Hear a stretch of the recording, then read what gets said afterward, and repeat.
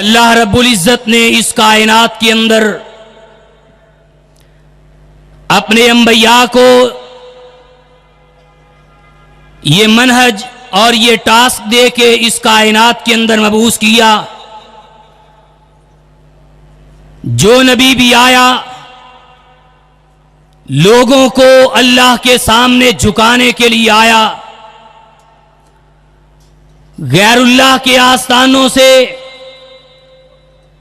ان کی جبینوں کو اٹھا کے اللہ کے در پہ جبینوں کو جھکانے کے لیے نبی اس کائنات میں آئے. اللہ کا الحاکمین نے اعلان کیا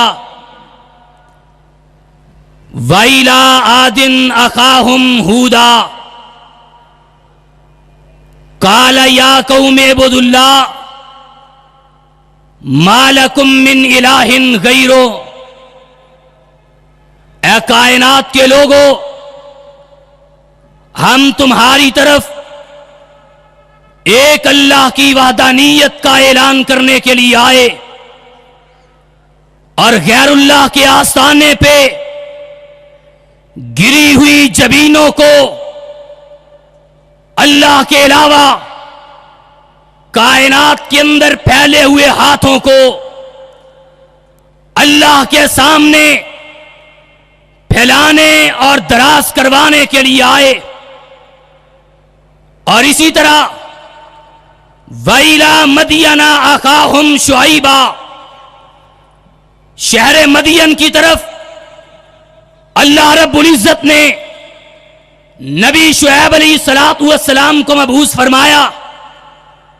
اور ان کی بھی دعوت یہ تھی، ان کا بھی نقطہ نظر یہی تھا، ان کی بھی دعوت کا منہج یہی تھا کہ لوگوں کے سامنے ایک اللہ کی وحدانیت کا، اللہ کی ربوبیت و الوہیت کا ڈنکا بلند کیا جائے اور معبودان باطلہ ان کو ٹھکرا کے ایک اللہ کے سامنے لوگوں کو جھکایا جائے.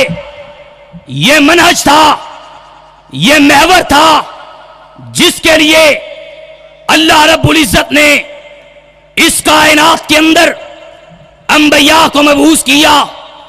اور یہی وہ منہج تھا کہ جس کے لیے نبی آدم علیہ السلام محنت کرتے رہے، کوشش کرتے رہے، کاوش کرتے رہے. اللہ رب العزت نے جنت کے اندر داخل کیا، اعلان کیا اے نبی آدم فلاں درخت کے قریب نہ جانا. دانا کھا لیا، آسمان نے رب کے سامنے اپنے ہاتھوں کو پھیلا دیا اور کیا کہتے ہیں؟ ربنا ظلمنا انفسنا وَإِن لَّمْ تَغْفِرْ لَنَا وَتَرْحَمْنَا لَنَكُونَنَّ مِنَ الْخَاسِرِينَ. اے ربا، دنیا میں رہ کے اللہ ہم تیری مخلوق، تیرے غلام، اللہ گناہ ہم کرتے ہیں، مولا معافیوں کے قلم تو پھیرتا ہے. ربنا ظلمنا انفسنا وَإِن لَّمْ تَغْفِرْ لَنَا. اے اللہ ہم نے اپنی جانوں پہ ظلم کیا، اے اللہ گناہ کو معاف فرما دے. اللہ اگر تو نے معاف نہ کیا تو کائنات کے اندر کوئی معاف کرنے والا نہیں ہے. آسمان سے آواز آئی، ابھی نبی آدم کے ہاتھ زمین پہ بعد میں آئے تھے.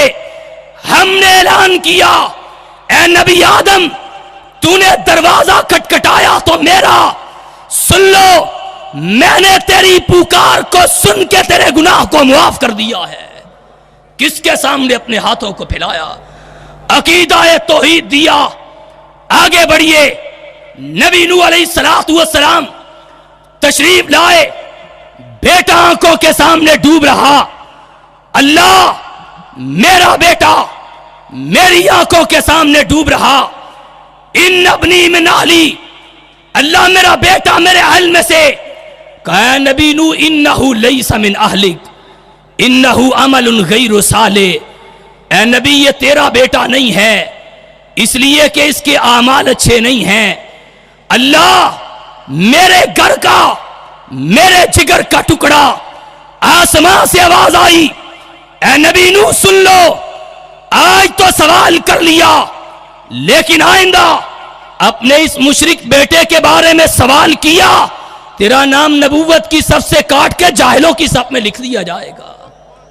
نبی نوح علیہ السلام سے غلطی ہوئی، کوتاہی ہوئی، کسی کا واسطہ نہیں دیا۔ جاؤ قرآن کو اٹھاؤ، ڈیریوں کے سامنے جا کے اپنی جبینوں کو جھکانے والوں، لوگوں کے آستانے پہ جا کے اپنے ہاتھوں کو دراز کرنے والوں، کشکولے گدائی کو لے کے لوگوں کے سامنے بھیک مانگنے والوں، نبی نوح علیہ السلام نے دروازہ کھٹکھٹایا، اپنے رب کا دروازہ کھٹکھٹایا، آسمان سے آواز آئی، نبی نوح علیہ السلام نے ہمیں آواز دی، ہمیں پکارا، ابھی اس کی زبان سے الفاظ جدا نہیں ہوئے تھے، ہم نے اعلان کیا، اے نبی نوح جاؤ، ہم نے تجھے معاف فرما دیا ہے۔ عقیدہ توحید دے کے گئے۔ آگے بڑھیے، ایک بیمار 18 سال ہو گئے، بیماری سے شفا نہیں مل رہی، بیمار پڑے ہوئے اپنے رب کے دروازے کو کھٹکھٹایا۔ وَأَيُّوبَ إِذْ نَادَى رَبَّهُ أَنِّي مَسَّنِيَ الضُّرُّ وَأَنْتَ أَرْحَمُ الرَّاحِمِينَ، اے اللہ بیمار ہم ہوتے ہیں، مولا شفا تو دیتا ہے۔ اللہ کائنات کے اندر کسی کے ہاتھ میں شفا نہیں ہے، کوئی شفا دینے والا نہیں ہے۔ ابھی نبی ایوب علیہ السلام نے رب کے سامنے ہاتھوں کو پھیلایا، رب نے نبی ایوب کی شفا کے ذرائع پیدا کر کے نبی ایوب کو شفا عطا فرما دی تھی۔ آؤ ایک اور نبی بیٹھا ہے، گھر اولاد سے خالی ہے، بچے کی آواز سے گھر خالی ہے، اور نبی اللہ کے سامنے گر گڑاتا ہے، روتا ہے۔ اور وہ نبی بھی کون ہے کہ جس نے کبھی ظالم حکمران کے سامنے عقیدہ توحید کو بلند کر دیا، کبھی آگ کے اندر چھلانگ کو لگا لینا گوارا کر لیا، اپنے باپ کے گھر کو چھوڑ دیا، اپنے محلے کو، اپنے گھر کو، اپنی جائیداد کو، اپنی پراپرٹی کو، اپنے بینک بیلنس کو، سب کو چھوڑ کے رب کی توحید کے لیے اپنے گھر سے نکل گئے، اور آج 80 سال کی عمر ہے۔ نبی اپنے ہاتھوں کو پھیلا کے بیٹھے، اور بتاؤ نبی ابراہیم نے بیٹا مانگا تو کس سے مانگا؟ اور بولو اہل حدیثوں، کس سے مانگا؟ اللہ سے بیٹا مانگا، اور ہمیں درس یہ دیا۔ اور سن لو، کائنات کے اندر کوئی بیٹے دینے والا، یہ بولے من یشاء اناسا وَيَا بولے من یشاء الذکور او یزوجہم ذکرانا واناسا وَيَجْعَلُ مَن یشاء عقیما۔ اور وہ رب ہر چیز پہ قادر ہے۔ اس رب کو کون کہے اے ربا تو نے بیٹا دینا تھا، بیٹی دے دی ہے۔ وہ جس کو چاہتا ہے بیٹے دیتا ہے، وہ جس کو چاہتا ہے بیٹیاں دیتا ہے، وہ جس کو چاہتا ہے بیٹے اور بیٹیاں ملا کے دیتا ہے، اور وہ جس کو چاہتا ہے ساری زندگی مانگتے رہتے ہیں، رب کچھ بھی عطا نہیں کرتا ہے۔ اس کو کون کہے؟ اور یہ نبی بیٹھا ہوا، اے اللہ رب ہب لی من الصالحین، اللہ بیٹا عطا کر دے، اور بیٹا بھی عطا کرنا تو نیک عطا کرنا۔ آسمان سے آواز آئی، فبشرناہ بغلام حلیم، اے میرے نبی تو نے ہمیں بلایا ہے، تو نے ہمارے دروازے کو کھٹکھٹایا ہے، پھر سن لو، فبشرناہ بغلام حلیم، اور ہم تجھے اس بچے کی خوشخبری دیں گے، اور جس کے گلے پہ تو چھری بھی چلا دے گے نیچے سے سی بھی نہیں کرے گا۔ رب نے وہ بیٹا عطا کیا ہے، فرما بردار بیٹا۔ اور آؤ عقیدہ توحید سمجھاتا چلوں۔ سیدنا حضرت زکریا علیہ السلام، مریم علیہ السلام کی کفالت آئی، کمرے میں بند کر کے کہیں دور نکل گئے، خیال آیا اس کے سامنے کھانا کس نے رکھا ہوگا؟ آئے، بند کمرہ ہے، کھانا پہنچانے والا کوئی نہیں ہے. پوچھا، آگے کھانوں کو دیکھا، طرح طرح کے میوے سجے ہوئے دیکھے. کہا یا مریم انا لاکے ہاذا، اے مریم یہ کھانے کہاں سے آئے؟ اور سن لو آج کا ہوتا. کہا فلاں کی نوازش ہے، فلاں کی نظر کرم ہے، فلاں نے جناب یہ کھانے بھیجے ہیں. آؤ ماں مریم علیہ السلام کا عقیدہ نوٹ کرو. کیا کہا یہ پھل کہاں سے آئے ہیں؟ قالت ہوا من عند اللہ، کہا یہ پھل اس کی طرف سے آئے ہیں جس رب نے ہمیں پیدا کیا ہے. اہل حدیث ہو، تمہیں مبارک ہو، تم نے عقیدہ وہ اپنایا جو عقیدہ انبیاء لے کے آئے، جو عقیدہ صلحاء لے کے آئے، جو عقیدہ نبیوں کی دعوت میں شامل تھا.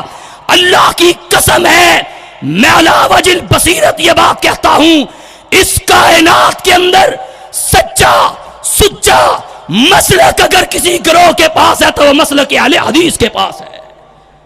اس لیے کہ ہم نے غیرے کو معبود نہیں بنایا، ہم نے ہر ایک کے سامنے اپنی جبین کو نہیں جھکایا، اور ہم نے ہر ایک کے سامنے جا کے اپنے ہاتھوں کو نہیں پھیلایا.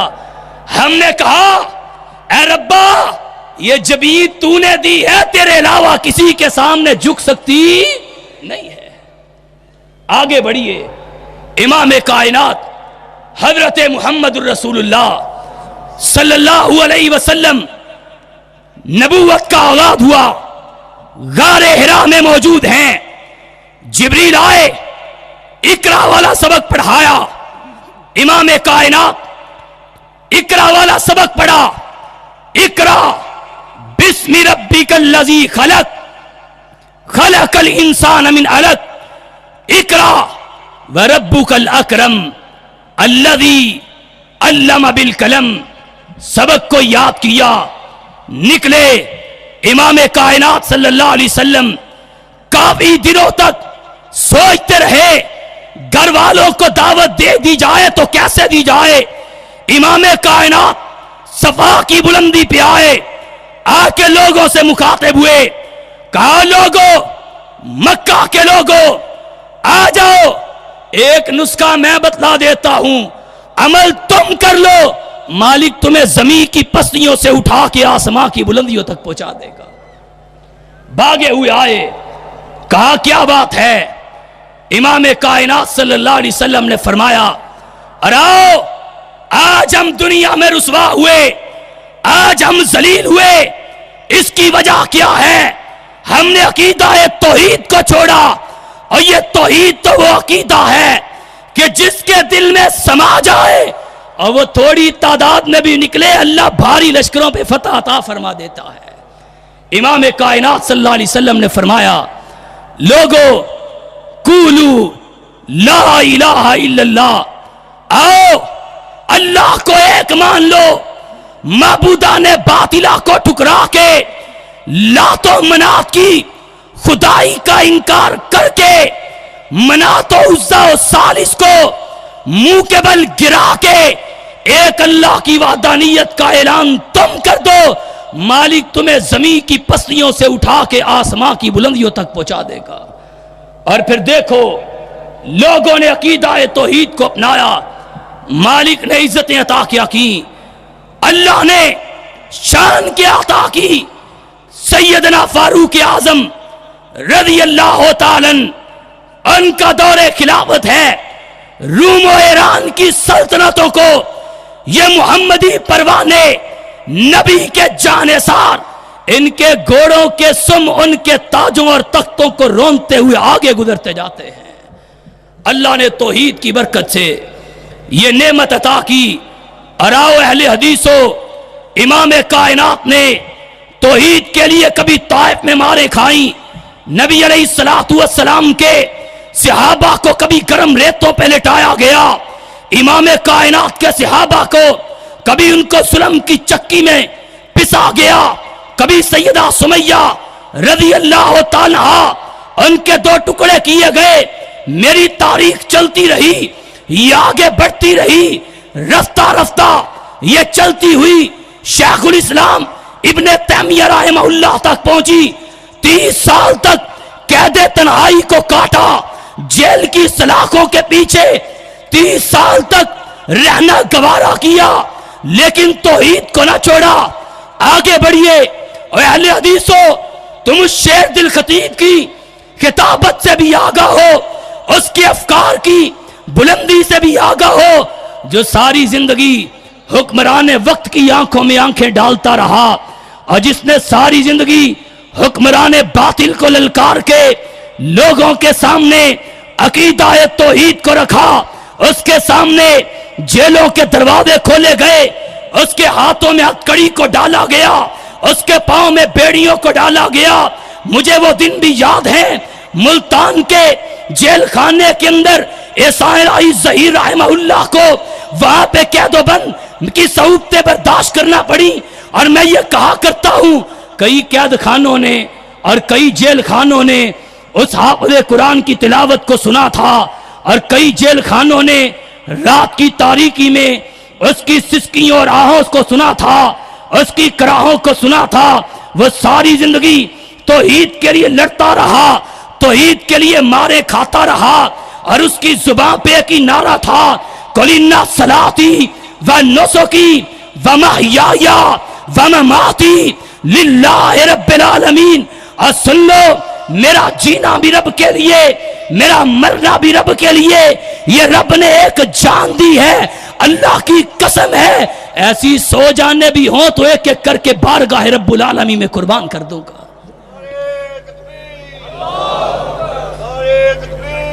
آگے بڑھو، یہ تاریخ چلتی رہی۔ حضرت یزدانی شہید رحمہ اللہ تعالی اس توحید کے جرم کے اندر ان کو خنجروں کا نشانہ بنایا گیا، ان کے پیٹ کے اندر 10 خنجر مارے گئے۔ پھر یہیں پہ بس نہیں ہوئی، شہر یزدانی کو، ان کے بیٹے کو زہر کا انجیکشن دے کے شہید کر دیا گیا۔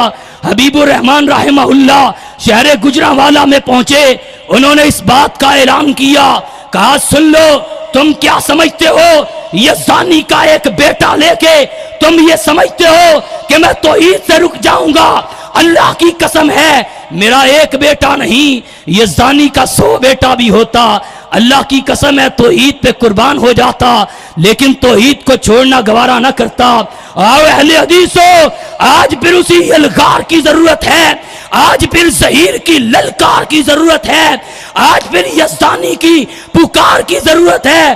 اب بتاؤ، عقیدہ توحید کے لیے میدان عمل میں آنے کے لیے تیار ہو، اور کٹ مرنے کے لیے تیار ہو، وقت دینے کے لیے تیار ہو، تو پھر سن لو، اب ٹوٹ گریں گی زنجیریں اور اب زندانوں کی خیر نہیں، یہ دریا جھوم کے اٹھے ہیں، تنکوں سے نہ ٹالے جائیں گے۔